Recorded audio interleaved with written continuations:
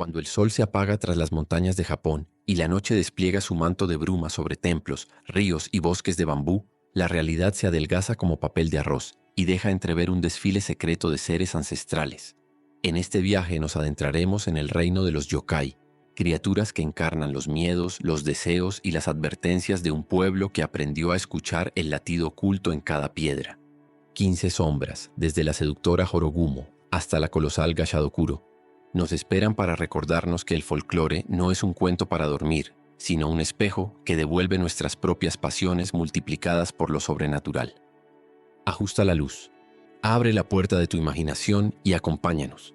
Las leyendas acaban de despertar. Oni, los demonios coléricos de Japón.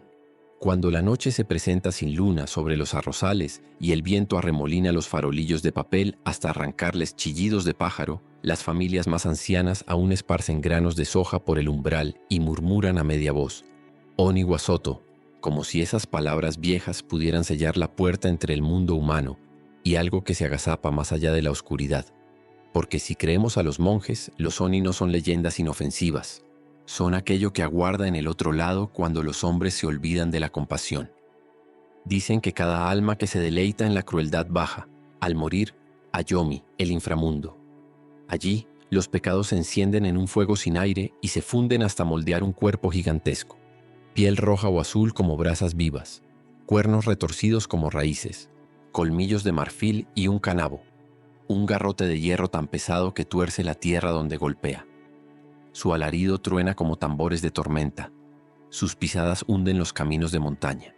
Y a veces, cuando el monte estalla en silencio repentino, ningún grillo, ningún mirlo, es porque el Oni ya está allí, conteniendo el aliento para saborear el miedo que se le ofrece. Hace 1000 años, cuentan los pergaminos, nació un niño de ojos febriles en una aldea campesina. Poseía una fuerza imposible y un apetito que devoraba las provisiones familiares. Su propia madre, temblando, lo llamó hijo de la ogresa antes de abandonarlo en el bosque. Las criaturas aladas del monte, los Tengu, lo encontraron llorando bajo un cedro tortuoso. Vieron en él la semilla del caos, lo alimentaron con carne cruda y lo educaron en artes prohibidas y el arte más tentador, el desprecio por los hombres. Así brotó Shutendoji, el bebedor que trae pesadillas. A la sombra neblinosa del monte Oe, Shutendoji alzó un palacio de roca y hueso. De noche descendía a los valles envuelto en sedas robadas y raptaba doncellas cuya belleza parecía iluminar su cueva. Allí les servía sake bruñido con terror humano. Brindaba en copas labradas con cráneos y reía tan alto que los bambúes vibraban como flautas rotas. Sus súbditos, otras bestias ávidas de caos, lo vitoreaban mientras el cielo rojo se arqueaba sobre un festín interminable. Kioto se estremecía. Los templos blandían sus campanas día y noche, pero no bastaba el bronce para callar los gritos de las familias desgarradas. Entonces el emperador llamó al guerrero Minamoto no Raiko, vencedor de guerras y amigo de hechiceros. Raiko reunió a 4 camaradas, y un sabio Onmyoji les entregó un sake santificado que dormía la sangre demoníaca. Vestidos de monjes itinerantes, los hombres treparon el monte hasta que la niebla se tornó roja y las rocas comenzaron a oler a hierro caliente. Shutendoji los recibió complacido. Adoraba la música de su propio terror, y aquellos monjes traían un barril de licor nuevo. El Oni bebió sin sospecha.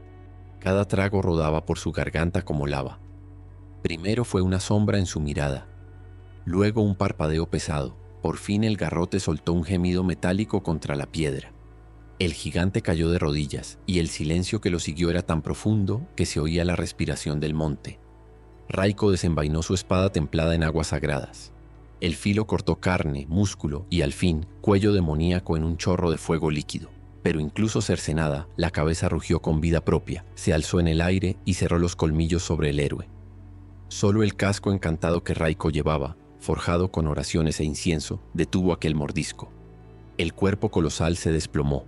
Las cuevas retumbaron. La lluvia, hasta entonces vacilante, cayó de golpe, como si el cielo quisiera apagar un incendio que no le pertenecía. La cabeza de Shutendoji fue llevada a Kioto y enterrada bajo 7 sellos de hierro.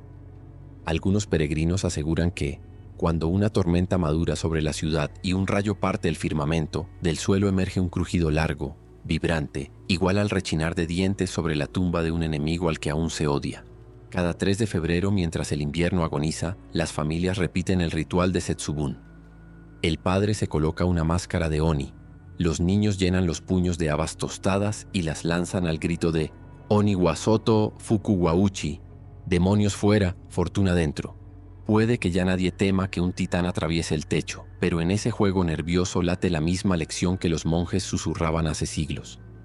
Un Oni es el espejo deformado de nuestra propia furia. Mira a tu alrededor. En manga, anime, tatuajes luminosos, el Oni vuelve una y otra vez, recordándonos que el odio no muere ni se olvida, solo cambia de máscara. Y así, cuando el viento silba con un tono demasiado grave y el suelo vibra bajo tus pies, pregúntate si es realmente la tormenta, o el latido de un Oni recién forjado por los rencores de nuestro tiempo, afilando su canabo mientras espera que alguien, quizá tú, quizá yo, abra sin querer la puerta que lo separa del mundo. Porque los Oni nacen donde el odio prende, pero también caen allí donde el coraje florece. Tal vez, al terminar este relato, decidas esparcir unos granos de soja junto a la ventana. No es superstición, es memoria, y la memoria, como el acero, también mantiene a raya a los demonios. Kuchisake Onna, la mujer de la boca rasgada. Dicen que cuando el crepitar de las farolas se trueca en un silencio denso como un sudario, las calles de cualquier ciudad japonesa, un callejón de Tokio, un cruce dormido de Nagoya, un camino desangelado de Kioto, pueden transformarse en pasillos de un teatro espectral donde la penumbra es telón y el eco de tus pasos, la única canción. En ese instante quizá oigas el roce de un kimono deslizándose tras de ti, tan leve como la caricia de una brisa de invierno.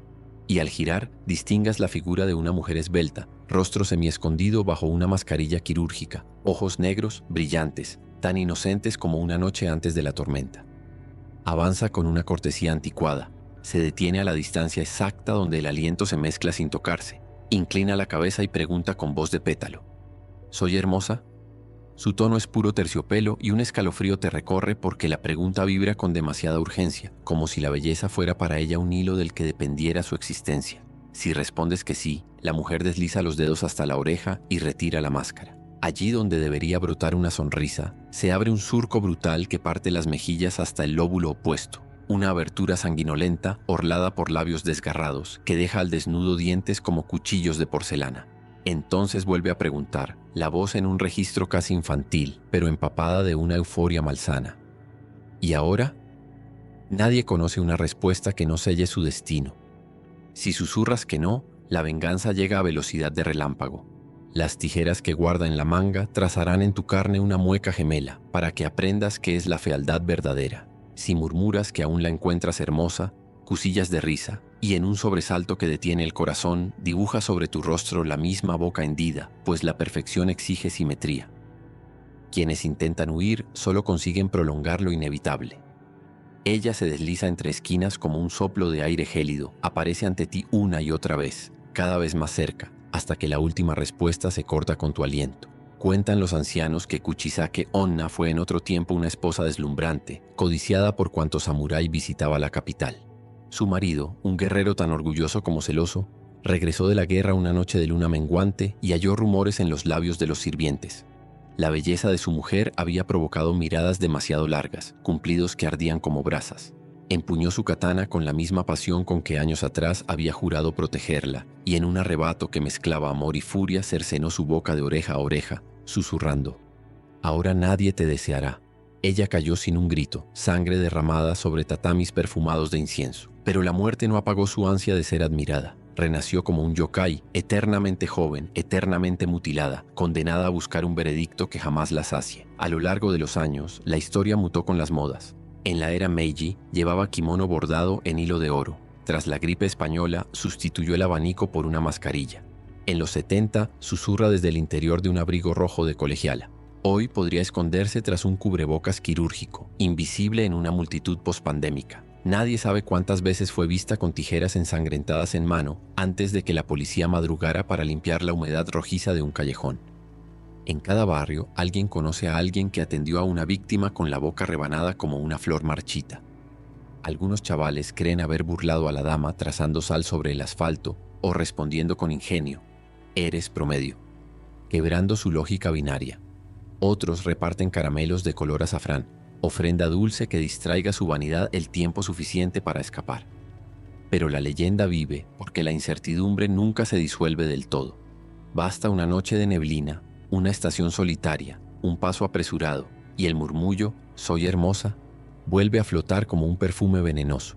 Tal vez lo más inquietante no sea la hoja ni la herida, sino el espejo que Kuchisake Onna te tiende sin pedir permiso. ¿Qué valor tiene tu idea de belleza si ante la monstruosidad vacilas en proclamarla? Quizás su respiración se acerca en este mismo momento, rodando entre las sombras que rellenan tu habitación mientras la pantalla se oscurece. Y tú, que escuchaste esta historia con los latidos en la garganta, ¿qué responderás cuando unos ojos brillantes te susurren esa pregunta fatal en la encrucijada de una calle vacía? Horogumo, la tejedora de destinos. Hay cascadas en Japón cuyo rumor de agua parece un arpa interminable, capaz de entonar melodías que solo la noche entiende. Bajo ese velo líquido, donde la bruma flota como incienso en un templo olvidado, dicen que mora la Horogumo, la araña que aprende a fingir latidos humanos. Nace de una tejedora dorada, una nefila clavata cuyo cuerpo, al alcanzar los 400 años, rebasa el tamaño del miedo y adquiere conciencia. Abandona la crudeza del instinto y abraza un anhelo más fino que la seda, el deseo de ser amada y temida a la vez. En la penumbra, su abdomen se contrae, los quelíceros tiemblan, y cada hilo que expulsa ya no basta para capturar insectos. Necesita corazones que palpiten, voces que la nombren entre susurros. Imagínala al amanecer. Se alza sobre 8 patas luminosas, pero el primer rayo de sol resbala sobre su caparazón y la metamorfosis comienza. Las patas se alargan y se curvan hasta tornarse piernas de mujer. El abdomen se pliega y el tórax se yergue formando cintura. El vello oscuro se sacude, convirtiéndose en un kimono sedoso que ondea con la brisa húmeda del bosque. Ante los ojos del incauto, solo queda una joven de piel nívea, cabello como noche recién lavada y labios encendidos de granada. Nadie sospecha que detrás de esa sonrisa que apenas roza la luz, duerme la voracidad de 8 ojos que nunca parpadean. Cuentan que un leñador solitario fue el primero en escuchar su canción. Descendía por las veredas del monte Izu, hacha al hombro, cuando el sonido de un shamisen derramó notas entre los pinos. El hombre, cansado de jornadas cruentas y silencios de serrín, siguió aquella música hasta el claro donde la Horogumo danzaba. Su kimono escarlata se reflejaba en la superficie de un estanque y cada paso dibujaba ondas que titilaban como luciérnagas atrapadas en agua. Ella giró el rostro y lo miró con un destello de luna. Invitó al leñador a beber saqué en una copa de laca negra, y el mundo, de pronto, se volvió blando como arroz en sus manos. El leñador sintió que los párpados pesaban, que el corazón latía fuera de compás. Quiso hablar, pero la lengua se volvió hilo seco. Cayó de rodillas y cuando alzó la vista, pudo ver cómo la seda invisible colgaba ya de las ramas, rodeándolo por completo. La Horogumo se acercó. Sus ojos multiplicaban brillos como un puñado de obsidiana pulida. Una gota de veneno cayó de sus colmillos ocultos y se mezcló con el sake derramado. El bosque guardó silencio, solo interrumpido por el crepitar de la telaraña tensándose, mezclado con el leve suspiro que precede al sueño sin retorno. Dicen que los aldeanos encontraron más tarde el hacha del leñador apoyada contra un pino, y en una roca junto al estanque, finísimos hilos dorados que relucían incluso en la sombra. Algunos juraron ver, entre las raíces, un pequeño bulto envuelto en seda, temblando todavía, el corazón de la víctima latiendo, separado del pecho, ofrendado como tambor para marcar el compás eterno de la cazadora. Tras aquel día, cada vez que un hombre desaparecía cerca de la cascada, un coro de ranas callaba de golpe, como si la tierra contuviera la respiración para no ser testigo. La leyenda se ensanchó como la propia red de la Horogumo. Un monje itinerante, portador de sutras y linternas de aceite, llegó a las cataratas decidido a exorcizar al demonio. Recitó mantras, esparció sal, golpeó gongs de bronce que resonaron como latigazos de luz en la garganta del valle. La Horogumo lo recibió con cortesía de cortesana, ofreciéndole té de crisantemo y un asiento de piedra pulida. Él, protegido por su fe, vio a través del disfraz. Las mangas del kimono se agitaban con exceso, como alas de mariposa atrapada. Los ojos, por un instante, se multiplicaron en pupilas diminutas que temblaban cada una a su propio ritmo. El monje, decidido, alzó el rosario y la acusó con la voz del trueno. Pero la Horogumo, en lugar de huir o atacar, tejió una historia de su soledad. Habló de siglos de silencio, de amantes que prometían eternidad y se marchitaban antes de cumplir una estación, de la condena de habitar la frontera entre bestia y mujer, siempre deseando y siempre temida. Las palabras hilaban con pasión como lino bruñido. El monje, con un temblor en los dedos, sintió que la lástima aflojaba sus mantras. Entonces, la araña sonrisa se abría paso entre los pliegues del engaño y el hilo dorado trepaba lento, abrazando tobillos, rodillas, cintura, hasta envolver la respiración del clérigo en un capullo de silencio orante. Nadie volvió a verle, pero en la cueva tras la cortina de agua, cuando el sol golpea según cierto ángulo, se distingue en la roca una silueta inmóvil, encuadernada en filamentos que brillan como el dorso de las libélulas. Algunos estudiantes de folclore bajan aún con linternas y cuadernos.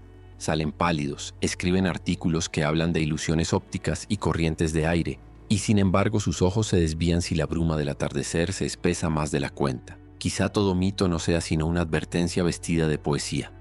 La Jorogumo recuerda que la belleza puede ser trampa perfecta, que el deseo, cuando se vuelve hambre, construye jaulas tan delicadas que confundimos sus barrotes con hilos de oro. Y ahora, mientras cierro esta historia y la noche se adensa tras tu ventana, escucha con cuidado. ¿No sientes un leve tirón en los bordes de tu conciencia, como si un hilo invisible intentara atraerte hacia un canto distante de agua? Tal vez sea la hora de decidir hasta qué punto te acercarás a la música sedosa que vive en las sombras, porque toda promesa de dulzura lleva implícito el riesgo de quedar para siempre enredado. Gashadokuro, el coloso hambriento de huesos. Dicen que cuando la medianoche se estira hasta parecer eterna y los luceros se vuelven agujeros negros clavados en el cielo, un crujido lento puede reptar por los arrozales dormidos de Japón, como si la tierra misma royera sus propios cimientos. Es el preludio del Gashadokuro, un esqueleto colosal fabricado con los huesos de aquellos que murieron de hambre y quedaron sin tumba ni plegaria, cientos de costillas fusionadas en una jaula titánica, vértebras encajadas como engranajes de un reloj siniestro, falanges enlazadas hasta trazar dedos del tamaño de torres. Surge de las fosas comunes tras las guerras o las hambrunas, cuando la pena colectiva se encona y la luna derrama su cal sobre las cruces olvidadas. Alzándose en silencio, pues su carne ya no existe para chillar, se aventura por los caminos solitarios, buscando el calor vital que alguna vez le fue negado. Su andar hace vibrar los templos distantes, y los candiles tiemblan aún dentro de casas cerradas, porque cada paso resuena como un tambor hueco, un latido muerto que se niega a extinguirse. Nadie oye su llegada hasta que está encima.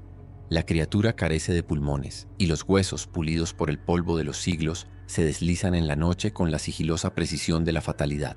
Solo cuando abre las mandíbulas, articuladas por un rechinar que parece arrastrar cadenas en lo hondo del pecho, exhala un chirrido metálico, un sonido que eriza la piel y anuncia que el aire está a punto de volverse tumba. Se cuenta que en las ruinas del castillo de Oda, un vigía se quedó dormido apoyado en su lanza, y al despertar vio proyectada contra el cielo una calavera más grande que el torreón.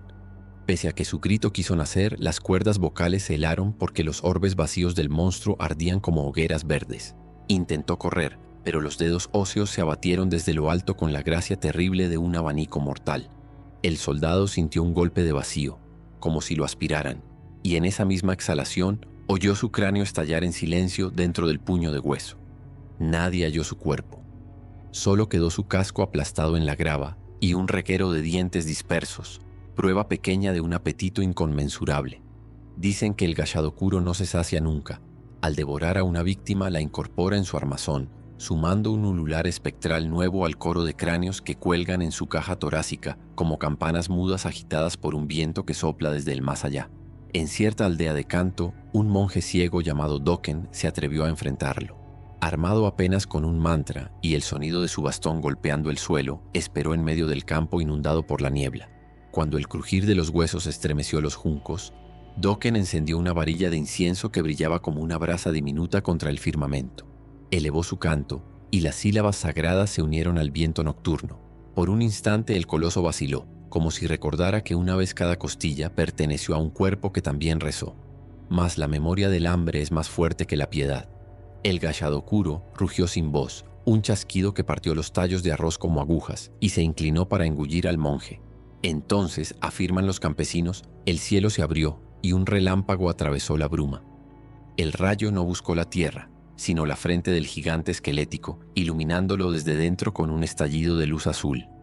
Las vértebras chisporrotearon, los huesos se astillaron en 1000 fragmentos que cayeron como granizo blanco. Cuando la nube de polvo se disipó, solo quedaba Dokken de pie, empapado y tembloroso, murmurando gracias que se perdían entre grillos recién despiertos.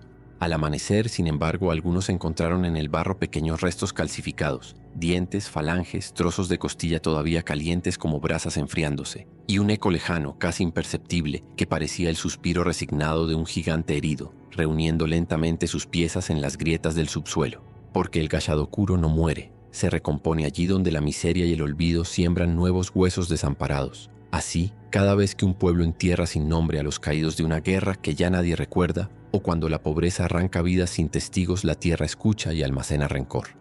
De ese rencor nace el cráneo que se levanta una noche cualquiera, buscando lo que nunca tuvo: sustento, calor, memoria. Ahora, mientras el reloj avanza hacia la hora más negra y tu cuarto se sume en un silencio apenas roto por el zumbido eléctrico, pregúntate, ¿qué huellas dejamos en la tierra cuando olvidamos a los muertos? ¿No será nuestro propio abandono la chispa que, algún día, despierte de nuevo el rechinar de un esqueleto gigante caminando sin contrición hacia nuestra puerta? Yuki Onna, la dama de la nieve eterna. El viento del norte azotaba la montaña como un tambor de hielo cuando dos leñadores, Mosaku el anciano y Minokichi el muchacho, regresaban a su aldea con los hombros lacerados por el peso de los troncos. La tarde se había hundido en un velo níveo y el sendero, borrado por copos que parecían ceniza de luna, se cerraba ante sus ojos cansados. Al ver que las pisadas se desvanecían tras ellos como si la montaña las tragara, buscaron refugio en una cabaña de barca abandonada junto al río congelado, y allí encendieron un fuego tembloroso que apenas combatía la sombra que se agazapaba en los rincones. Mientras la tempestad rugía fuera, un silencio antinatural fue colándose por las rendijas. El crepitar de las brasas quedó amortiguado, como si la llama ardiera bajo un cristal. Minokichi, con los párpados pesados, permitió que el sueño lo cubriera como una manta tibia. Mosaku ya roncaba, confiado en la madera que crepitaba. Entonces la puerta se deslizó sin hacer ruido, y en la penumbra irrumpió una figura envuelta en destellos pálidos. Su kimono flotaba como niebla recién nacida, y el cabello, largo hasta la cintura, parecía hilado con hilos de hielo que absorbían toda luz. La mujer se inclinó sobre Mosaku. Su aliento blanco y vibrante se derramó sobre el rostro del viejo, y un velo de escarcha cubrió sus pestañas. Cuando expiró, el anciano quedó inerte, los labios teñidos de un azul marmóreo. Minokichi abrió los ojos a tiempo de ver aquella silueta. Quiso gritar, pero la voz quedó atrapada en su garganta como una chispa sin oxígeno. La mujer lo miró con pupilas tan hondas como un firmamento sin estrellas. A una brizna de distancia de su rostro, el muchacho sintió la caricia helada de aquel aliento que robaba la vida. Pero en lugar de entregarle la muerte, la dama susurró con voz de copo que se derrite sobre la piel: «Eres joven y hermoso. No te quitaré la vida esta noche, pero jura que nunca hablarás de lo que has visto. Si rompes tu promesa, regresaré con el frío de 1000 inviernos y te haré mío para siempre». Su aliento dejó sobre sus labios un sabor metálico, como agua de deshielo. Luego desapareció, deslizándose hacia la tormenta, y la puerta se cerró tras ella sin que el viento gimiera. A la mañana siguiente, Minokichi halló el cuerpo yerto de su maestro. Nadie creyó su silencio cargado de relámpagos, pero él lo preservó como quien protege una llama en plena ventisca. Pasaron los años. La primavera floreció incontables veces, y un día apareció en la aldea una forastera de piel nívea y mirada que parecía reflejar distantes ventisqueros. Se llamaba Oyuki. Minokichi se enamoró con la devoción con que el sol persigue las montañas al anochecer y pronto la tomó por esposa. Con ella el invierno era menos crudo. La nieve parecía danzar a su alrededor sin rozarla, y el viento nocturno callaba cuando su voz cantaba nanas a los hijos que llegaron como chispas de fuego sobre una llanura helada. Una noche, tras una cena de arroz humeante, Minokichi contempló a su mujer iluminar la estancia con la suave luz de un candil. El recuerdo del refugio de madera lo golpeó como un copo afilado. Quizá fue la calidez del hogar, quizá el saque que encendía su pecho, pero las palabras que llevaba años atadas a la lengua se soltaron y volaron como murciélagos saliendo de una cueva. Relató el encuentro con la dama de la nieve, el aliento mortal que mató a Mosaku, la promesa sellada en medio del bramido de la tormenta. Mientras narraba, Oyuki mantuvo la sonrisa, aunque sus ojos se fueron ensanchando con un fulgor extraño, como si una aurora boreal prendiera en sus pupilas. Cuando el relato llegó a su último latido, el silencio cayó sobre la casa. La llama de la lámpara danzó, proyectando sombras que titilaban como alas de cuervo. Oyuki se irguió. El kimono se agitó sin viento, y el candil pareció apagarse contenido dentro de un cristal de escarcha invisible. «Tú», murmuró, y su voz era la misma que una vez salvó la vida del muchacho entre tablas podridas y ramas secas. El miedo trepó por la espalda de Minokichi con garras heladas. Oyuki cerró los ojos, y al abrirlos latía en ellos el invierno más antiguo del mundo. «Te advertí», susurró, «pero soy madre de tus hijos. Por ellos te perdono la vida. Cuida de ellos, cuida de tu propia llama. Porque si tu fuego se apaga, regresaré con la ventisca que devora montañas». Dicho esto, el candil estalló en un estallido de luz azulina. Cuando la claridad volvió, Oyuki había desaparecido dejando tras de sí un aroma leve y cortante, como aire recién cincelado en la cúspide de un glaciar.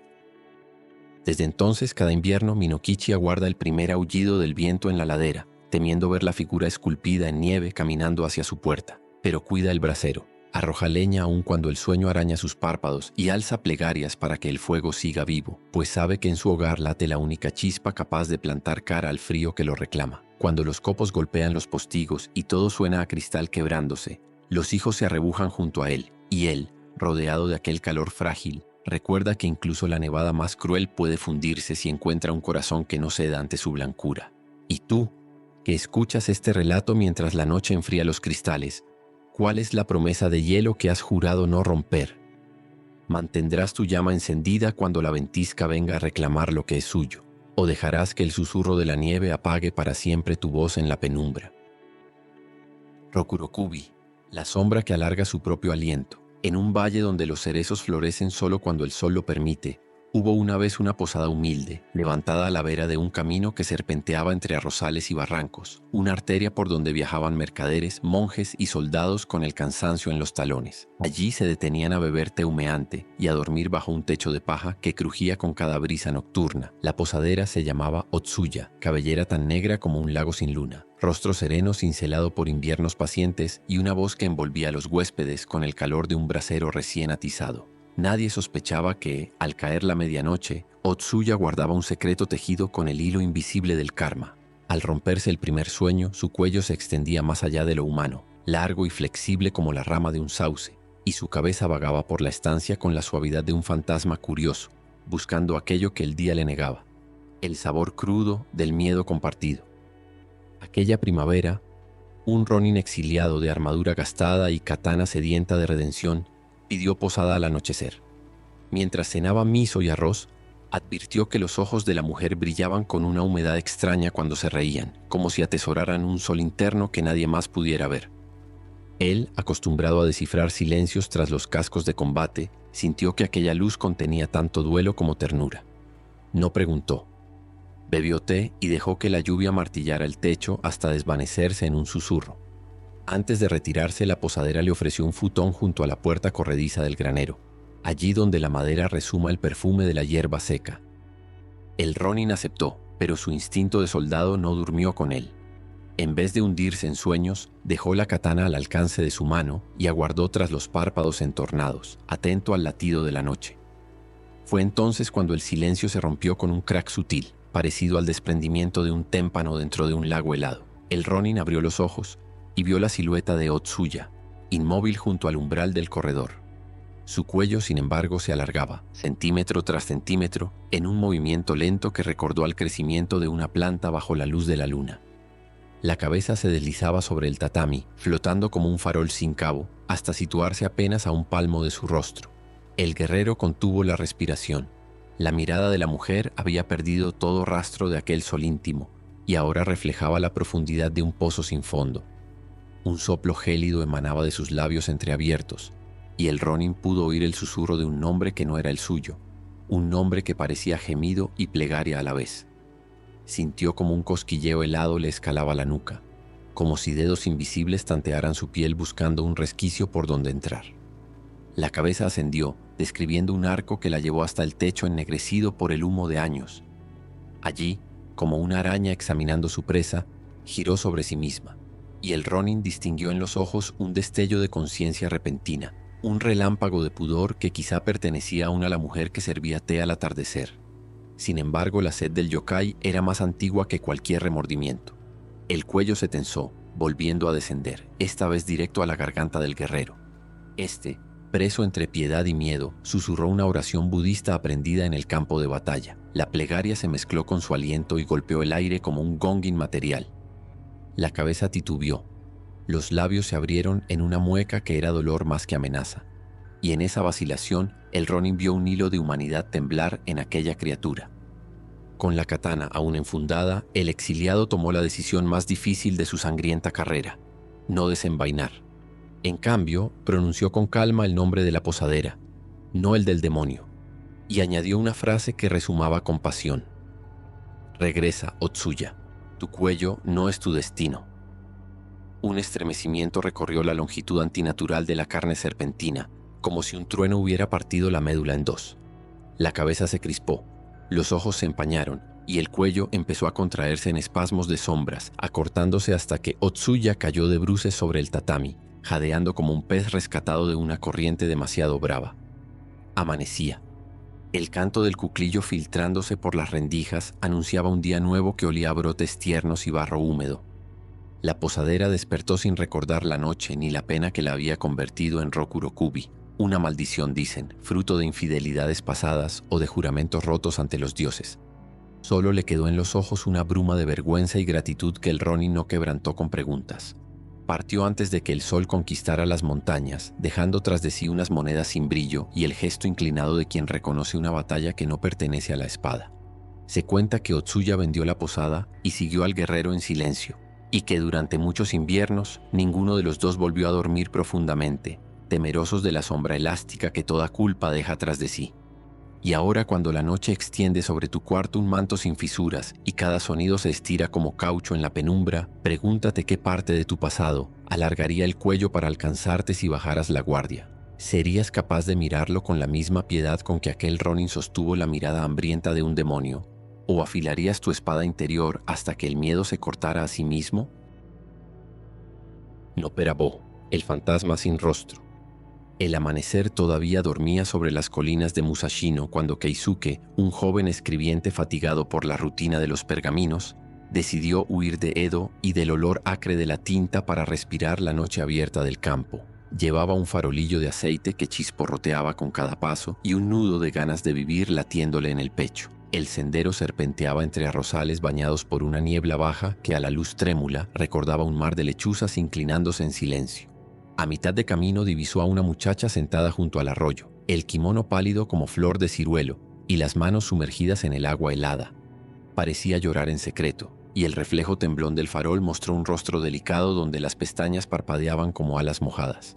Keisuke, movido por un impulso compasivo, se acercó para ofrecerle su abrigo ligero. La voz le tembló. «¿Se encuentra bien, milady?» Pero la mujer no respondió. Solo alzó la cabeza y en el instante en que la luz lamió sus facciones, éstas se borraron como tinta disuelta. La frente lisa descendía hasta donde debían estar los ojos, la nariz, la boca y donde hubo expresiones humanas quedó una nada de porcelana tenue. El joven retrocedió con un grito que le nació sin permiso. El farol se tambaleó y lanzó sombras que ondularon sobre la hierba como peces oscuros. Cuando volvió a pestañear, la figura había desaparecido, dejando el aire impregnado de un aroma leve a loto marchito. Con el corazón tropezando en su pecho, Keisuke reanudó la marcha pensando que la noche jugaba con sus miedos. Sin embargo, más adelante, la neblina se abrió ante una pequeña tienda de té aún encendida. El rostro amable del posadero, arrugado como pergamino pero caliente de vida, lo invitó a entrar, y el escribiente se sentó agradecido ante un cuenco humeante cuyo vapor perfumaba la estancia de jazmín. Quiso narrar lo ocurrido, pero antes de pronunciar palabra notó que el anciano lo observaba con ojos que no parpadeaban. Bajo la lámpara, aquella mirada parecía un lago inmóvil. Lentamente, como si arrancara un velo invisible, el posadero pasó la mano por su propia cara. La piel se estiró, los rasgos se diluyeron y en menos de un latido, la misma lisura marmórea cubría la cabeza entera, reflectando la llama sin absorberla. Keisuke derramó el té, se alzó tambaleante y la silla de bambú crujió como un gemido. Corrió fuera sin sentir sus pies, con el eco de risas sin boca clavándose en su nuca, y no se detuvo hasta que las luces de la llanura quedaron atrás y el bosque se alzó como un muro de sombras. Allí, al abrigo de los cedros, el viento parecía masticar secretos. Hojas secas susurraban nombres que no existían, y entre los troncos, destellos de luz revelaban rostros que se desfiguraban tan pronto como él intentaba enfocarlos. Exhausto, Keisuke divisó un santuario ruinoso, su tori enmohecido como brazo de anciano señalando al vacío. Se deslizó por el pórtico y se acurrucó bajo el alero, creyendo hallar protección en la madera deidad, pero el silencio que lo recibió fue más denso que la noche misma. Al cabo escuchó pasos suaves sobre las piedras. Apareció una joven monja tocada por una lámpara de papel que dibujaba círculos anaranjados sobre su hábito. Su voz era un río lento cuando preguntó si él buscaba refugio. Keisuke, sin aliento, relató entre sollozos sus encuentros. Habló del arroyo, del posadero, de los rostros borrados, de la risa que no tenía labios. La monja lo escuchó con los ojos bajos y cuando la historia concluyó, levantó la cabeza para mirarlo. Keisuke sintió un estremecimiento, pues dentro de aquellas pupilas hervía una pena antigua y poderosa. «Los no perabó», susurró ella. «Son espíritus que castigan la curiosidad del hombre, recordándole que no todo rostro merece ser descifrado. La devoción se forja aceptando el misterio, no conquistándolo». Él quiso replicar, pero la lámpara titiló, quizá por un soplo de viento, y en ese parpadeo el contorno de la monja se volvió transparencia. Luego nada. La lámpara cayó, se apagó, y el oscuro volvió a tragárselo todo. Cuando la aurora asomó con dedos rosados acariciando los picos, los aldeanos hallaron al escribiente desmayado en el umbral del santuario, aferrado a un farol sin aceite y con un terror recién nacido anidando en sus ojos. Desde aquel día, Keisuke evitó espejos, pues temía descubrir que su propia cara era ya solo una superficie vacía donde el mundo no dejaba huella. Y cuentan que cuando los viajeros nocturnos caminan por ese mismo valle, a veces encuentran a un hombre que escribe kanji en el aire sin pergamino alguno. Si se acercan demasiado, él levanta la mirada mostrando un rostro tan liso como la neblina que lo envuelve, como si estuviera hecho de la misma entraña del vacío. Tal vez sea verdad, tal vez no. Pero esta noche, mientras tu reflejo descansa en la pantalla negra que queda tras mis palabras, pregúntate, ¿qué define realmente que seas tú quien mira y no el eco sin rasgos de tu propio miedo acechando al otro lado del vidrio? Kappa, el guardián anfibio de los ríos inquietos. Cuando el crepúsculo esparce brasas de oro sobre las corrientes y los juncos se mecen como pinceles en manos de un pintor invisible, las aguas del Japón profundo murmuran un nombre que hace temblar a los pescadores y enciende la imaginación de los niños. Kappa. No es pez ni tortuga ni simio, sino una amalgama de los tres, con piel verdosa reluciente, caparazón musgoso y manos palmeadas que cortan el agua con sigilo. En la coronilla porta un cuenco hueco, una depresión siempre llena del líquido ancestral del río. Mientras esa cuenca permanezca rebosante, su fuerza iguala al torrente más furioso. Pero si el agua se derrama, la criatura queda tan inerme como un junquillo seco. Por eso se le ve inclinar la cabeza lo menos posible, salvo cuando la astucia humana lo obliga a hacer una reverencia, pues la cortesía japonesa, elevada al rango de arma sutil, convierte un simple saludo en llave para domar al monstruo. Se cuenta que un verano sofocante, en el valle de Tono, un muchacho llamado Genji se aventuró hasta la orilla prohibida donde la neblina brota incluso al mediodía. Su abuela lo había prevenido. Aquel que desafía al río debe llevar pepinos recién cortados. Los Kappa los adoran y tal vez te dejen ir. Genji sonrió con la temeridad de los 16 años y guardó 3 pepinos en su zurrón antes de hundir los pies descalzos en la arcilla húmeda. El agua, helada como secreto no confesado, le subió por los tobillos, y en ese instante un carraspeo grave se elevó desde la superficie.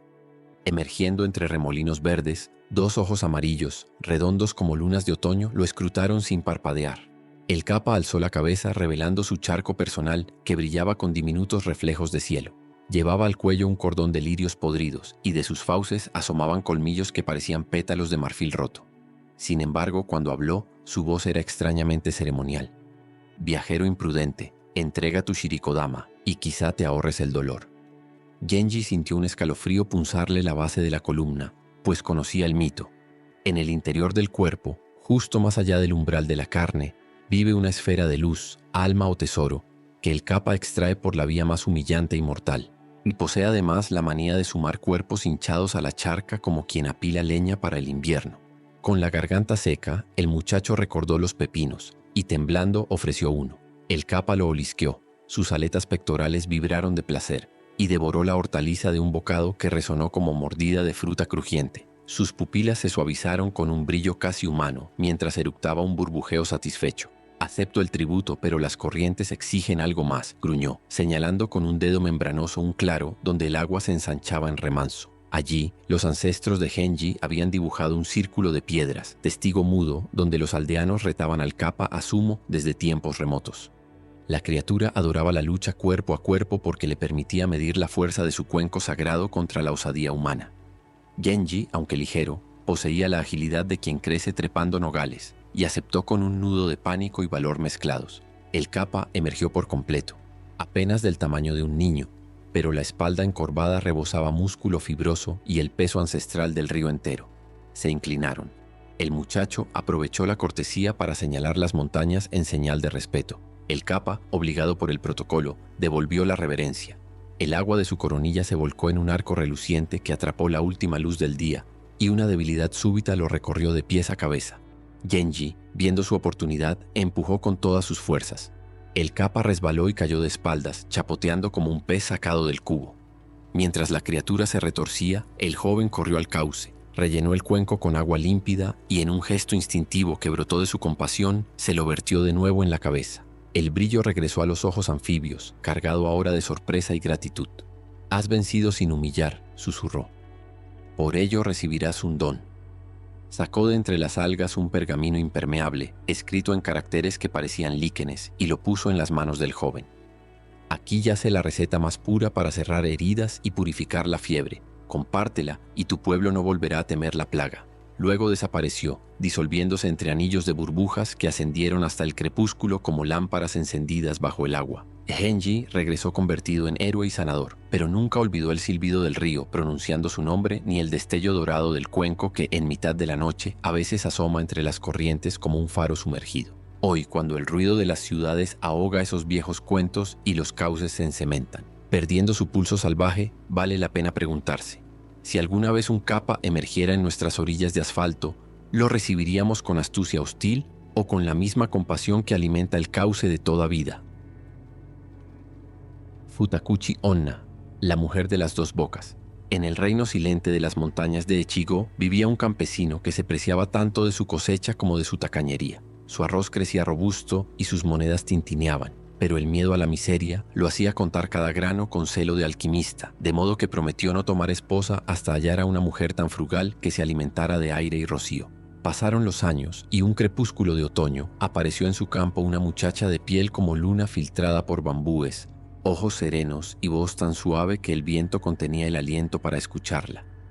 Aceptó casarse y, tal como él ansiaba, apenas probaba bocado, pues decía nutrirse con la simple belleza de los trigales. El hombre, encantado, creyó haber atrapado un milagro de contención. Su despensa permanecía intacta y su bolsa rebosaba metálico consuelo. Sin embargo, pronto advirtió un misterio. Pese a la aparente abstinencia de su esposa, los sacos de arroz se vaciaban cada noche y el eco hueco de las tinajas denunciaba un apetito clandestino. Desconfiado, escondió granos bajo llave y vigiló a la mujer, pero ella continuaba con sus labores: cantar al amanecer, hilar seda al atardecer, sin que sus labios apenas rozaran la infusión de menta que él le ofrecía. El campesino sospechó de ratones, de ladrones, incluso de espíritus burlones, hasta que una tarde, mientras afilaba la hoz, oyó un murmullo extraño que parecía surgir del techo de la cocina. Trepó sigiloso por la escalera, apartó las tablas y vio una escena que cortó el aire como piedra quebrando cristal. Su esposa, arrodillada junto al fogón en aparente oración, inclinaba la cabeza hacia atrás y el cabello, desplegado como abanico negro, se agitaba con vida propia. Los mechones se enroscaban y tensaban para sostener un cuenco rebosante de arroz, y allí, en la nuca desnuda, se abría una segunda boca vertical, labios rosados y palpitantes, dientes diminutos reluciendo como perlas húmedas, que engullía los granos con voracidad felina mientras emitía chasquidos de deleite. El campesino sintió que la sangre se le volvía nieve y la hoz tembló entre sus dedos. La mujer giró entonces la cabeza verdadera y sus ojos se tornaron pozos de un hambre antigua que ya no fingía mansedumbre. Con un susurro doble, la boca de la nuca habló a través de ella. Tu avaricia plantó en mí esta grieta hambrienta, negaste al mundo tu generosidad y ahora yo exijo lo que retuviste. El cabello cobró fuerza de serpientes y se lanzó como látigos de sombra, rodeando las muñecas del hombre, acercándolo al fuego cuyo crepitar sonaba risotada. Desesperado, el campesino recordó una superstición de los ancianos. La sal, símbolo de pureza, podía sellar bocas impuras.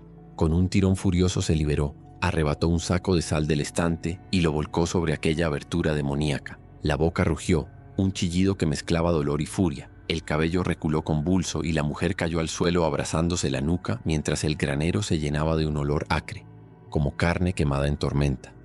Creyéndola exorcizada, el hombre quiso huir, pero la sombra de su codicia ya era demasiado larga.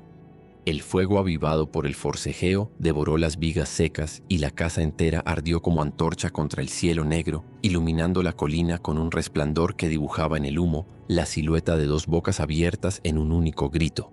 Al amanecer, entre las cenizas, los lugareños hallaron un caparazón de arroz carbonizado y, en su interior, dos cráneos soldados por la nuca, como si el hambre y la piel hubieran sellado un pacto eterno. Desde entonces, las madres de Chigo enseñan a sus hijos que ningún estómago es más voraz que la carencia de bondad. Cuando el silbido del viento atraviesa las cabañas, se percibe, dicen, un crujir de dientes invisibles masticando la penumbra, recordatorio de que toda avaricia alimenta una segunda boca en la sombra, dispuesta a engullir no solo el grano guardado, sino también la paz de quien lo acapara. Y ahora, mientras la noche se asienta detrás de tus párpados y cada crujido en la casa parece un cabello moviéndose con vida propia, pregúntate, ¿qué porción de tu abundancia has negado al mundo? ¿Cuántas bocas ocultas podrían estar formándose en los silencios que dejas crecer? Joneonna, la doncella de huesos y deseo eterno. La luna de mediados de agosto flotaba sobre las tejas de Aizu como un cuenco de porcelana vuelto al revés, derramando leche pálida sobre callejones donde las linternas apenas ardían. En una de esas callejuelas vivía Seijuro, un poeta cuyos versos gozaban de fama, pero cuyo corazón permanecía estéril tras la muerte de su prometida, Okiku, arrebatada por la fiebre el invierno anterior. Aquella noche de Obon, cuando los muertos visitan fugazmente el mundo de los vivos, Seijuro caminaba sin rumbo con un farolillo anudado a un tallo de bambú. Cada chispa de cera que caía sobre el suelo resonaba en su pecho como un tambor que marcara el tiempo perdido. Entre la bruma perfumada de incienso emergió entonces una figura femenina. Su silueta, esbelta como tallo de lirio, parecía tejerse a partir del mismo vapor que ascendía de los braseros callejeros. Seijuro se detuvo, y la dama, como si respondiera a un verso que él no había escrito, alzó el rostro. Era Okiku. Los ojos, negros y profundos, guardaban el fulgor de un atardecer intacto. Los labios que él creyó sellados por la muerte sonreían con la dulzura de una muchacha que vuelve de un sueño largo y plácido.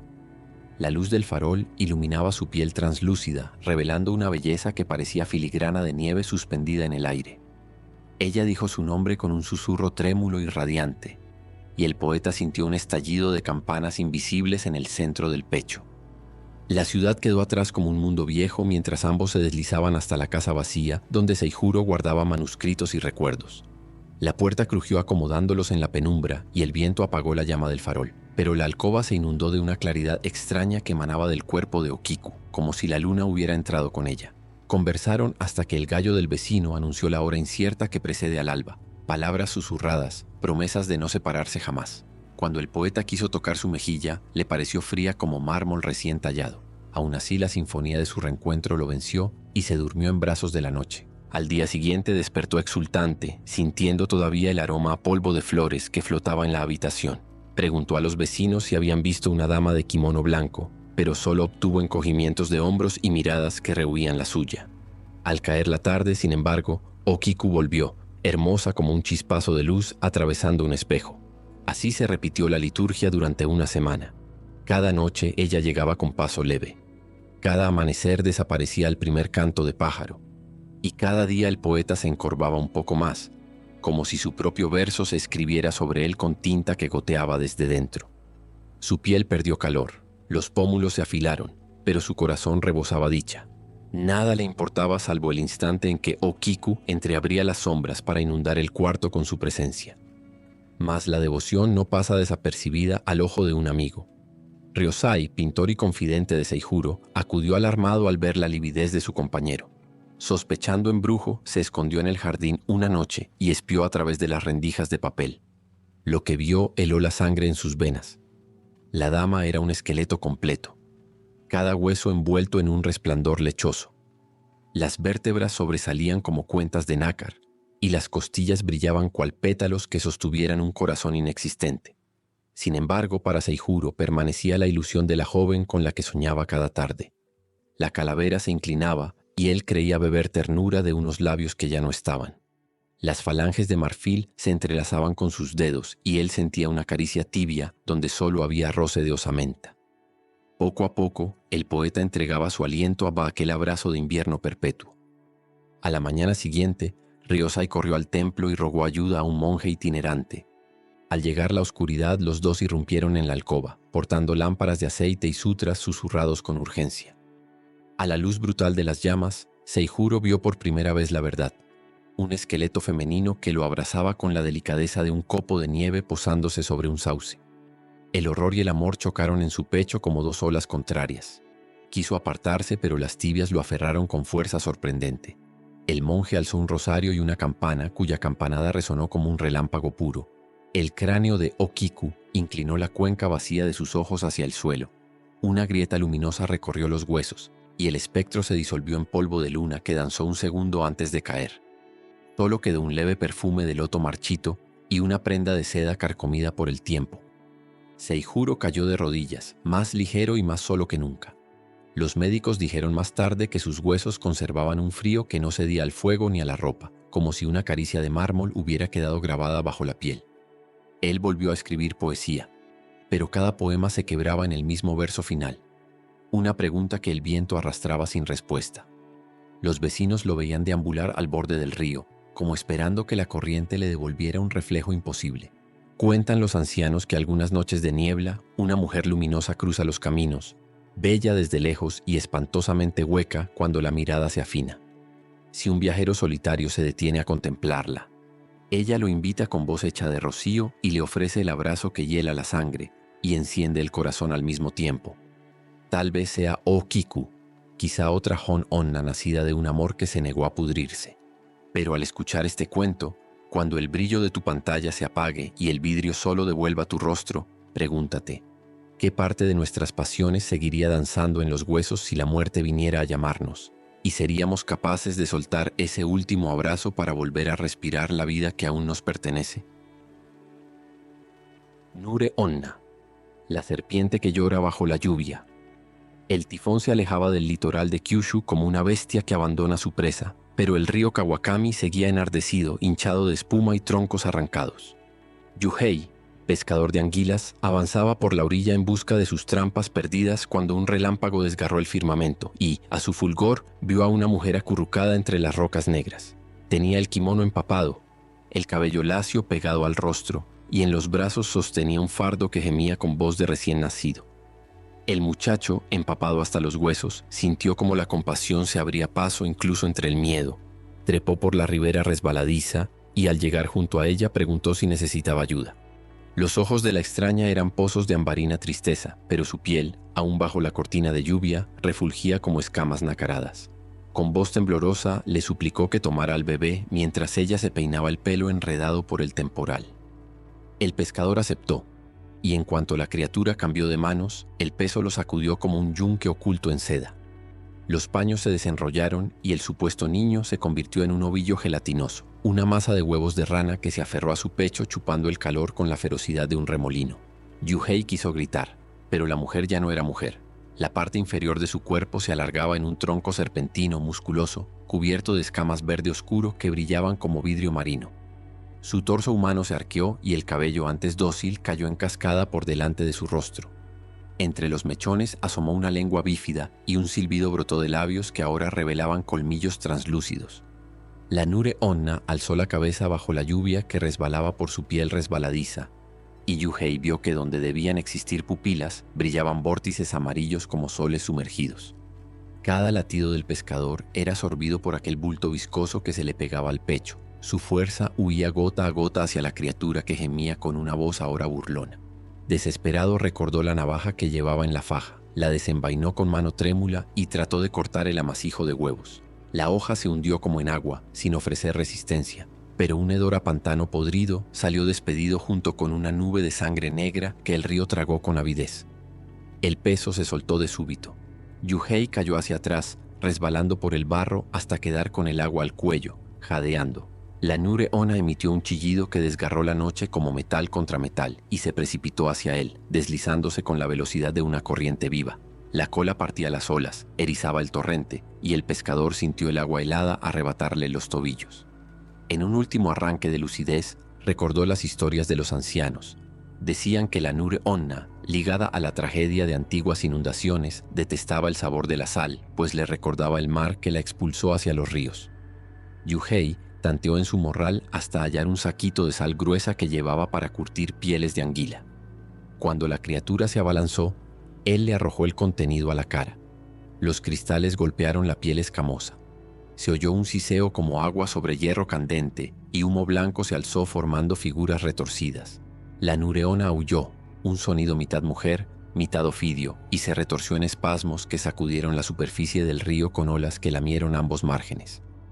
El cielo vomitó un relámpago más, y Yuhei vio cómo la serpiente se sumergía, dejando tras de sí un remolino de hojas, espuma y un lamento que se desvanecía con la corriente.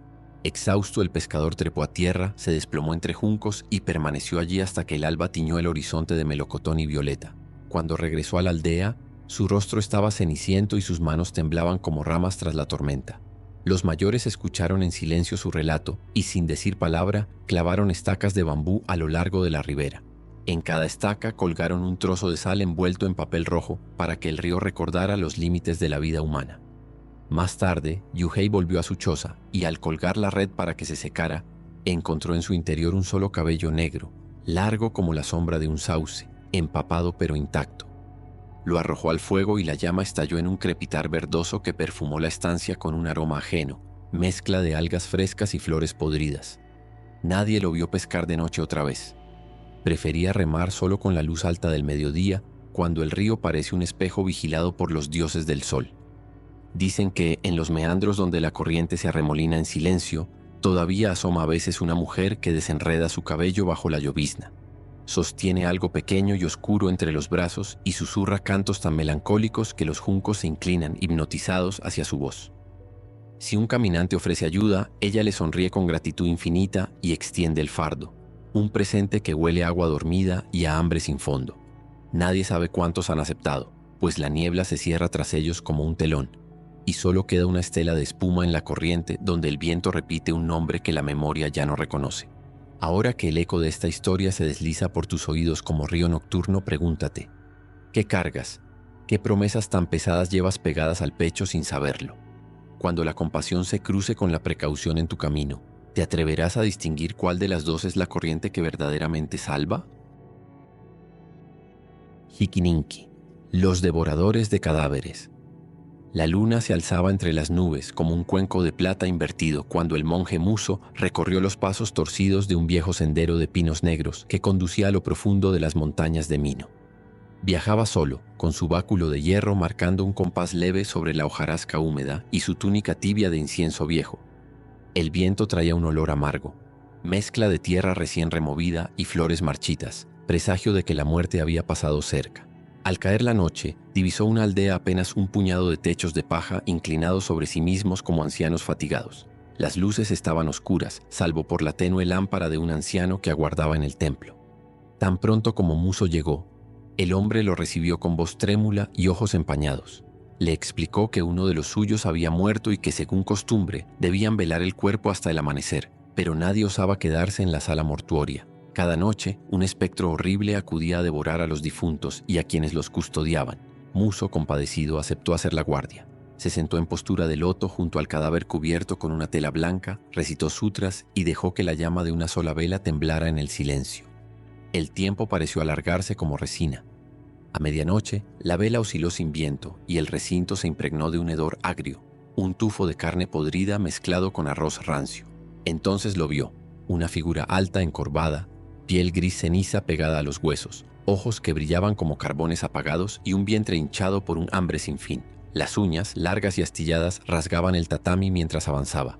Al llegar junto al muerto, la criatura olfateó con ansia y su boca, una grieta llena de dientes de rata, se abrió para desgarrar la piel del difunto con un crujido que partió la quietud en dos. Muso se estremeció, pero la mente entrenada no se dio al pánico. Alzó su rosario y cantó un sutra de liberación con voz firme, invocando la compasión que corta los lazos del deseo. El espectro se detuvo. Un temblor le recorrió la espalda y los ojos fosforescentes parpadearon entre rabia y lamento. Sin embargo, su hambre era más vieja que ese canto. Gruñó desde la garganta y con gesto animal siguió devorando hasta que no quedó sino un recuerdo anémico del cuerpo. Luego lamió el suelo con lengua reseca. Buscó migajas invisibles y por fin se esfumó en la sombra dejando tras de sí un susurro que sonaba a eslabones rotos. Cuando el alba pintó de añil las primeras tejas, los aldeanos entraron temblorosos y hallaron al monje sentado en el mismo lugar, los ojos abiertos al borde del llanto. Les relató lo ocurrido y prometió investigar la raíz del mal. Preguntó si en la zona habitaba algún ermitaño. Le hablaron de un maestro ascético que vivía en una ermita más arriba, junto a un cementerio olvidado. Muso se dirigió allí y encontró un templo pequeño construido contra la roca, como queriendo esconderse de la luz. En la entrada, una campana cubierta de polvo y telarañas no había sonado en años. Tocó la puerta y lo recibió un monje de mirada turbia, piel cenicienta y labios resecos. Agradeció su visita aunque sus palabras arrastraban un matiz de hastío y desesperanza. Durante la conversación, Muso percibió el mismo hedor dulzón que había sentido la noche anterior. Presintió que el misterio reposaba ante él disfrazado de hábito. Al caer el sol pidió permiso para compartir la cena, pero el monje rehusó, dijo que hacía voto de ayuno y se retiró a meditar. Muso fingió dormir, aguardando con el corazón en suspenso. A medianoche, el asceta salió de su celda, su cuerpo adquirió contornos más huesudos, y en la penumbra, su rostro se deformó hasta volver a ser la criatura de la víspera. Bajó la colina con una velocidad de bestia, y Muso lo siguió sigiloso hasta el templo de los aldeanos. Allí repitió su festín macabro sobre un nuevo difunto, devorando carne, ojos, médula, cada resto que la muerte todavía guardaba. De regreso a la ermita, la criatura se desplomó exhausta, y en ese instante Muso habló con voz de trueno revelando su presencia. El espectro, sorprendido, recobró la forma humana entre sollozos y confesó. En vida había sido un monje avaro que aceptaba donaciones por funerales, pero rezaba con indiferencia. Su mezquindad lo condenó tras la muerte a convertirse en Yikininki, un devorador de cadáveres. Cada banquete no saciaba su apetito. Por el contrario, añadía brasas de culpa a un estómago ya ardiente de vergüenza. Muso lo miró con tristeza profunda. No blandió cuchillo ni mantra de exorcismo, pues sabía que aquí el enemigo era la codicia incrustada en la carne del espíritu. En cambio, entonó con calma un sutra de mérito compartido, ofreciendo la virtud reunida en su peregrinaje para aliviar la miseria del espectro. El Yikininki gimió como un niño herido, y mientras el canto se expandía como luz tenue, su figura comenzó a desvanecerse, dejando flotando una brasa roja que se apagó como luciérnaga. Al amanecer quedaba solo la túnica vacía sobre la estera, empapada en lágrimas que no se habían derramado en vida. Muso regresó a la aldea. El hedor había cesado y el silencio ya no escondía temblores. Enseñó a los campesinos a recitar oraciones de generosidad para quienes parten y, sobre todo, a velar el corazón contra la avaricia, pues lo que no compartimos en vida puede regresar a devorarnos en muerte. Y ahora, cuando la luz de tu habitación se enfría y cada crujido nocturno parece el roce de uñas buscando un festín, piensa, ¿qué parte de tu apetito podría transformarse en hambre insaciable cuando el cuerpo calle y solo queden los ecos de tus actos? Ubume, el llanto que atraviesa la frontera de la vida.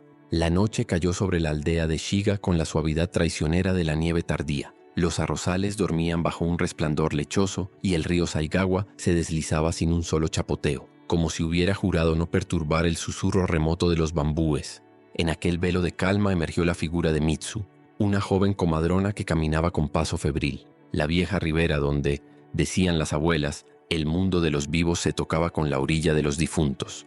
Un parto complicado pedía su arte, y Mitsu, guiada por la tenue luz de una linterna de aceite, dejaba que el viento frío le mordiera los carrillos mientras repasaba en silencio las oraciones para invocar la misericordia de Jizo, protector de las almas infantiles. El llanto de una mujer se filtró a través de la bruma antes de que Mitsu alcanzara la cabaña. Dentro, el olor a sudor y madera húmeda se mezclaba con el incienso barato. La parturienta Hina sollozaba aferrada a trapos empapados de sangre. A su lado, un marido derrotado apretaba una cuerda de oración hasta dejar marcas en los nudillos. Mitsu tomó el control con suave firmeza, pero pronto comprendió que la vida y la muerte habían empezado un pulso que sus manos tal vez no pudieran romper. La criatura venía mal colocada y la madre perdía aliento como un candil consumido. Durante horas la comadrona batalló entre plegarias, hierbas y cuchilladas de dolor que hacían crujir la cama. Al alba, el bebé exhaló el primer grito, un chillido diminuto y agudo, el sonido más frágil y poderoso del mundo. Exactamente cuando la respiración de Gina se evaporó con un suspiro que pareció estirar la sombra sobre la pared. El llanto del recién nacido rebotó en la cabaña vacía y se escurrió por las rendijas hacia la orilla. Mitsu arropó al niño con su propio manto y salió al camino, prometiendo regresar después de avisar al sacerdote. El padre, roto, quedó inmóvil junto al cuerpo de su esposa, incapaz de aceptar la plegaria final. Nadie reparó en las gotas de sangre que se adherían a las baldosas, formando un rastro que la brisa nocturna no quiso secar. La aldea se cubría de tonos rosados cuando regresó Mitsu con el sacerdote, pero la cabaña estaba silenciosa. El cadáver de Gina había desaparecido y el marido yacía en el suelo con los ojos abiertos y la piel tan pálida como la ceniza. Se había arrancado la cuerda de oración y la tenía en la boca. Una espiral de desesperación tragado como último intento de compasión. Junto a él reposaba una piedra lisa, grande como un melón, envuelta en la tela que debía proteger al niño. No había rastro del bebé, solo aquel peso muerto que comenzaba a enfriarse mientras la luz temprana del amanecer invadía cada rincón. Los rumores se propagaron como pólvora.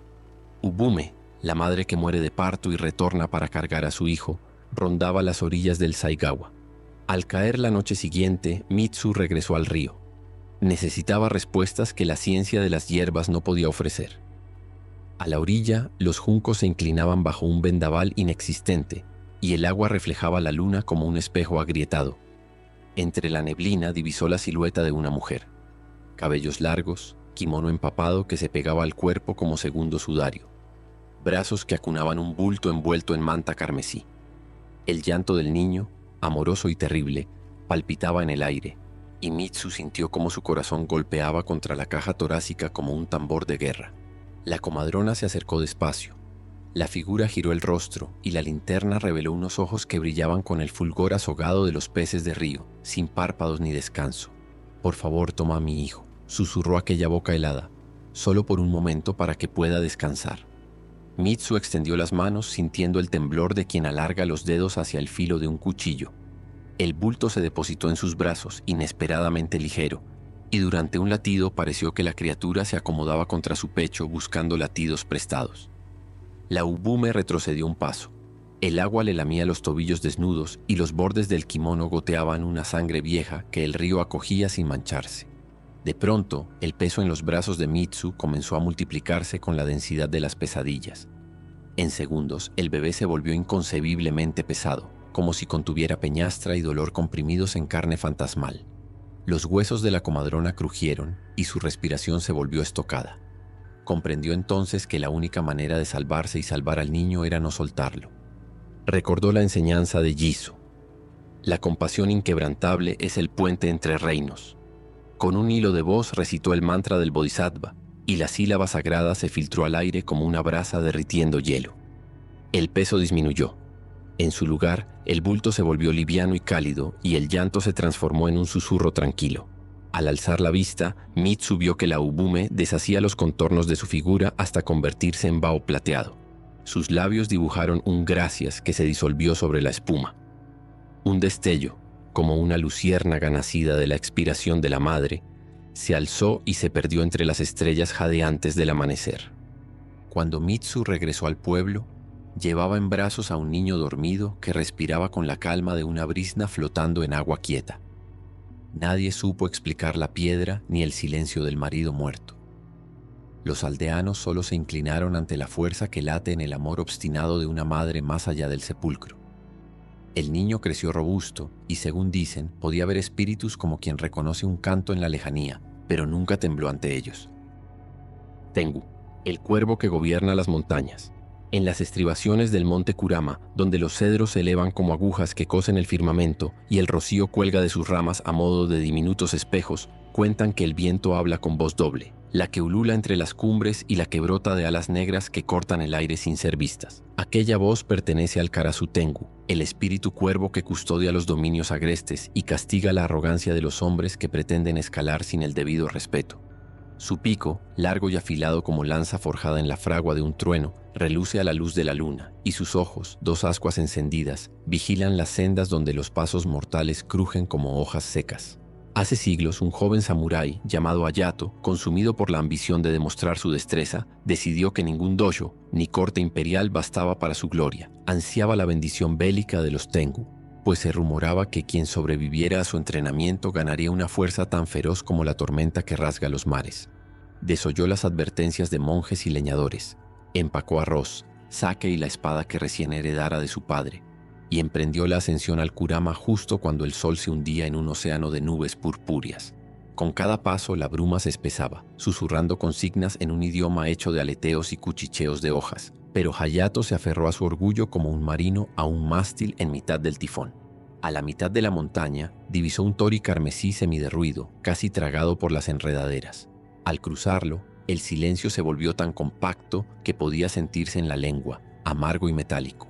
De pronto, un crujido retumbó entre los pinos. Un Karasutengu se precipitó al claro, las alas extendidas, la pluma tiznada de un brillo azabache.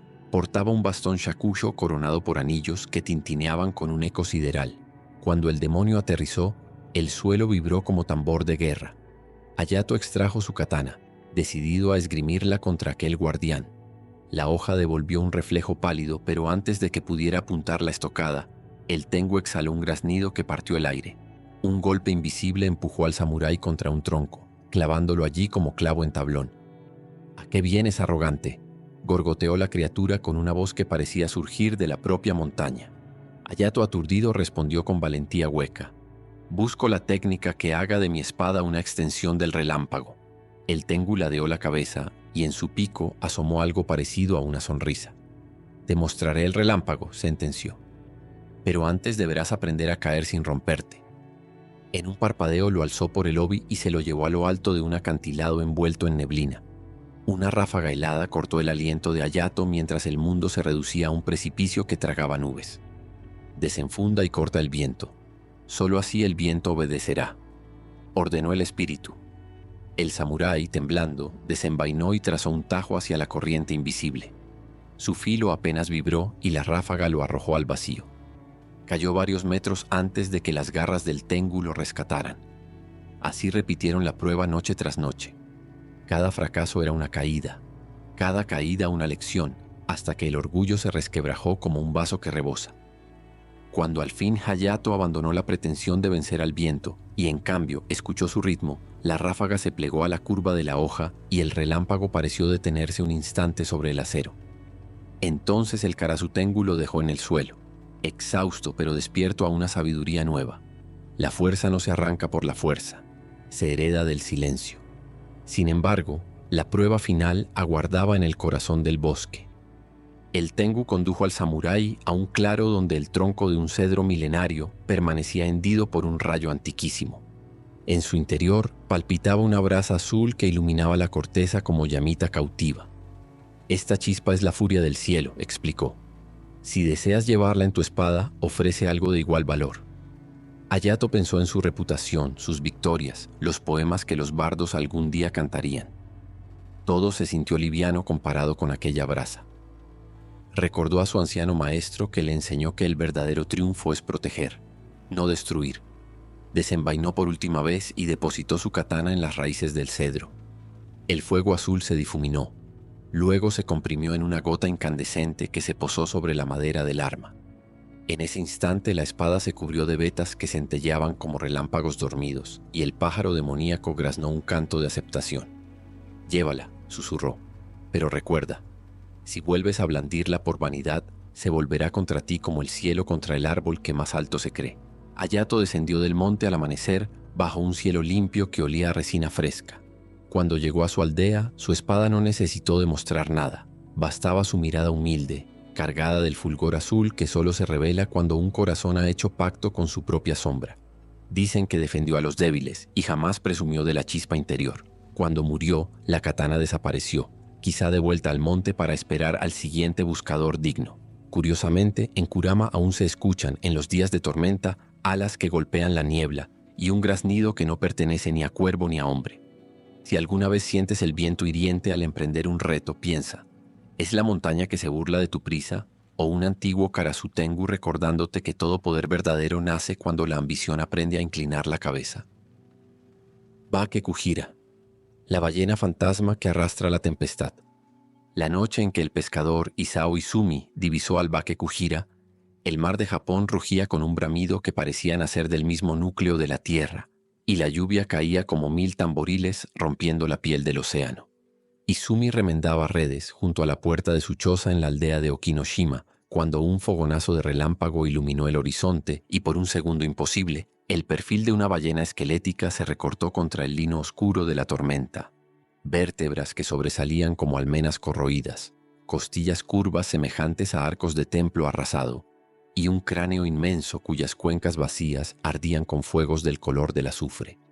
No había carne ni sangre, ni siquiera una sombra de vida. Aquella mole parecía hecha de la memoria del hueso, animada por un resentimiento que llevaba siglos macerándose bajo la presión del abismo. A su alrededor danzaban cardúmenes de peces translúcidos, faroles espectrales que giraban como un coro fúnebre, y cada ola que chocaba contra su armazón estallaba en espuma fosforescente, como si el agua advirtiera que tocaba algo prohibido. El corazón de Izumi, curtido por tormentas y mareas, palpitó con un terror que ningún tifón le había inspirado. Recordó los cuentos de su abuelo. Cuando la ballena murió a manos de arponeros avarientos, su espíritu se alzó para maldecir a quienes osaran aprovechar su carne o ignorar su sacrificio. Desde entonces su esqueleto navegaba sin piedad, sembrando peste, sequía o hambruna en cualquier costa que lo avistase. Los isleños aprendieron a mantenerse puertas adentro cuando los perros aullaban hacia el mar. Pero aquella noche la tormenta abrió un tajo en la prudencia y reveló el fantasma a ojos de un hombre que aún respiraba. Antes de que la oscuridad volviera a cerrarse como un puño, Izumi cargó su viejo arpón, reflejo automático de pescador contra lo desconocido, y echó su bote al oleaje furioso.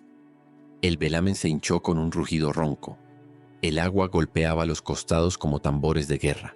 Cada relámpago mostraba a la ballena un poco más cerca, flotando no sobre las olas sino dentro de ellas, como si el mar fuese su propia túnica desgarrada. Cuando por fin la tuvo a tiro, Izumi aferró la cuerda y lanzó el hierro con un grito que se perdió en la ventisca. El arpón atravesó una costilla hueca sin resistencia, pero en lugar de temblar bajo el impacto, la criatura giró la cabeza y lo miró, si es que pueden mirar las cuencas ciegas. Un sonido surgió de sus fauces excavadas. No era el canto majestuoso de las ballenas vivas, sino un lamento de madera carcomida y osos chocando en la negrura. En ese lamento Izumi escuchó nombres olvidados de marineros, voces de niños muertos por fiebre, el crujido de hamacas vacías, todo entrelazado en una sinfonía que habló directamente a la fibra misma de su ser. El bote se sacudió. La cuerda del arpón, tensa como la rabadilla de un arco, empezó a arder con un resplandor verdoso, y el calor le abrazó las manos aún a través de la lluvia. Comprendió entonces su error. Había encendido la ira de un espíritu que cargaba los agravios de 1000 generaciones. Intentó cortar la línea, pero la soga se volvió víbora incandescente y se fundió con la madera de la borda, cosiendo destino y mal presagio en un solo nudo. A medida que la ballena se alejaba llevándolo a rastras como juguete en la estela de su condena, la costa pareció hundirse en tinieblas más densas que la propia tormenta. Desde el poblado llegaban ya los primeros gritos. Las antorchas se apagaban con un siseo enfermo. Las palmeras se inclinaban quebrándose. Los charcos hervían con un tufillo que mezclaba sal y sangre. Se dice que cuando la primera luz gris del alba rozó el mar, la aldehuela se encontró rodeada por una alfombra de peces muertos, y en cada puerta había un rastro viscoso que olía a osario de siglos. En lo alto del promontorio, la figura de Izumi apareció finalmente, varada sobre un peñasco como naufragio humano, sosteniendo aún la cuerda sin vida, los ojos vidriosos y la boca convertida en rictus de plegaria jamás concluida. Los ancianos del lugar cavaron una fosa profunda y enterraron el arpón con el trozo de costilla fosforescente que colgaba del hierro. Temían que quemarlo propagara las llamas de la maldición, que arrojarlo al mar convocara de nuevo el esqueleto. Alrededor de la tumba levantaron un círculo de piedras y las rociaron con saqué, sal y lágrimas. Durante 49 noches, los monjes encendieron faroles que flotaron río abajo hasta disolverse en la vastedad, intentando guiar al Bake Kujira a un lugar donde el rencor pudiera dormir. Pero algunos aseguran que cuando la niebla se amontona sobre la bahía y el aire huele a aguacero, un esqueleto colosal asoma entre las olas, acompañado por aves marinas que vuelan al revés y peces luminosos que ríen con bocas sin piel. Y tú, que escuchas mi voz mientras la pantalla tiembla con reflejos azules como aguas tempranas, pregúntate, En nuestra codicia por arrancar tesoros a la naturaleza, ¿cuántos esqueletos de resentimiento navegamos ya sin percibirlos, listos para emerger y cobrarnos un precio que ni siquiera imaginamos? Hemos caminado por senderos nevados, surcado ríos embrujados y escalado montañas donde el viento habla con voz de cuervo. Cada paso nos ha revelado un yokai distinto, pero todos comparten la misma verdad. Nacen del alma humana y regresan a ella como advertencia o inspiración. Si al apagar este vídeo sientes un leve crujido en la madera o un susurro que corre por los cables de la tormenta, tal vez sea el eco de estas historias llamando a tu curiosidad. Pregúntate entonces qué criatura custodia tus temores, qué demonio se forja con tus silencios y qué héroe dentro de ti se atreverá a enfrentarlo. Porque al final, los yokai persisten solo mientras haya corazones que latan al ritmo de sus cuentos y mientras haya valientes dispuestos a escucharlos. Gracias por acompañarme y hasta la próxima.